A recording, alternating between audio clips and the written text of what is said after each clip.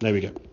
So we start off at set at there, Jenny, with a triangle kind of created there, okay? There's a width now your hands are from your sort of neck area down here, okay? So at the golf ball, okay? Arms are nicely hanging down from the shoulders, setup's good. And for me now, your right hand is a bit more, we call it on top rather than sort of palms facing up and being underneath. Visualise kind of the holding of a handbag, okay? You grip it in the fingers instinctively, and you grip it fairly loose. And you just, I mean, if you're walking down sort of city centre with something, rub it back, yeah. But yeah, just let your arm just hang and just let that swing. The softer you are in here in the grip, the more movement or more range of motion you have up in this right shoulder, okay? So, as you went back, we talked last week about sort of that range of motion, that movement going back, creating that hinge of the wrist.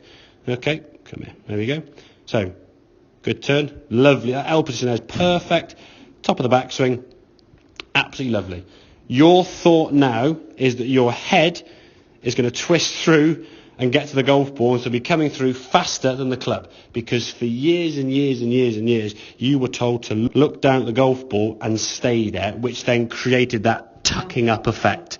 And then when you stopped trying to tuck up your arms, you just swung your arms sort of out to the right here somewhere, which means the club hits the ground behind the ball, or you just miss it. Okay, so we actually watch this movement as we go through. Okay, as we swing through here now. There we go. Still looking at the ball, aren't you? Your head's not lifted, is it? Even though you're trying to beat the club to the golf ball. Okay? You strike the ball. There's impact. Still see your head's looking down at the ball, would you agree? Yeah? Twist through. Head follows through with it. Any tucking up there with your arms? Absolutely nothing at all. Where's your follow through go? Phenomenal. And I want to play that through just so you can see it in full speed. Okay, so full speed motion there now. Nice and relaxed. Right hand on top. Head beats the club. Whoosh. And that went 75 yards with a 7-iron there you've got.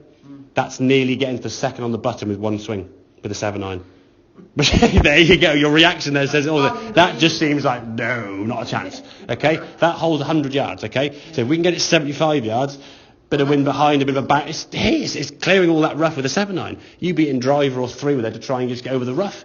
So and the one you had before, which I unfortunately didn't get on camera, was by far and away your best swing. I think it was 78, 80 something yards. It was a great swing.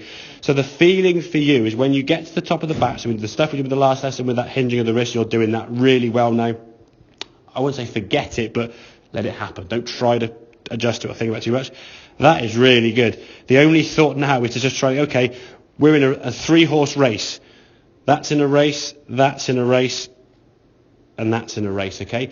We want this and this to beat this, or the feeling of beating this. When you play golf, this wins the race, this just stays down there and you go flip, and you just sort of chop, and you just hit everything low left. And there's no height, no flight, no power. Okay, so when you do get a reasonable contact, it's going to be low left and it's not very far, because you're sort of going doom with your arm, rather than head beat the ball. And the feeling to you, Jen, as you said, when you swing a golf club, your head was going to win the race. Okay? It just all turns through you. At no point now from here does your head look kind of crooked on your shoulders. Whereas before, when your head was sort of staying looking down here, this shoulder, it was like, couldn't move. It'd be interesting to obviously look back on your old swings, or your other swing, and look at the difference between that and what you had. It's chalk and cheese. It's so silly, because when I play tennis, which is my first love, you know, obviously of course I'm you doing do. that, and you know. You've got it. And the thing is, I mean, I had a phrase all the time, head down, follow through. That's like saying to someone, run, walk. In some ways, isn't it? I think. I started playing tennis was that age when I started Exactly. playing. Exactly.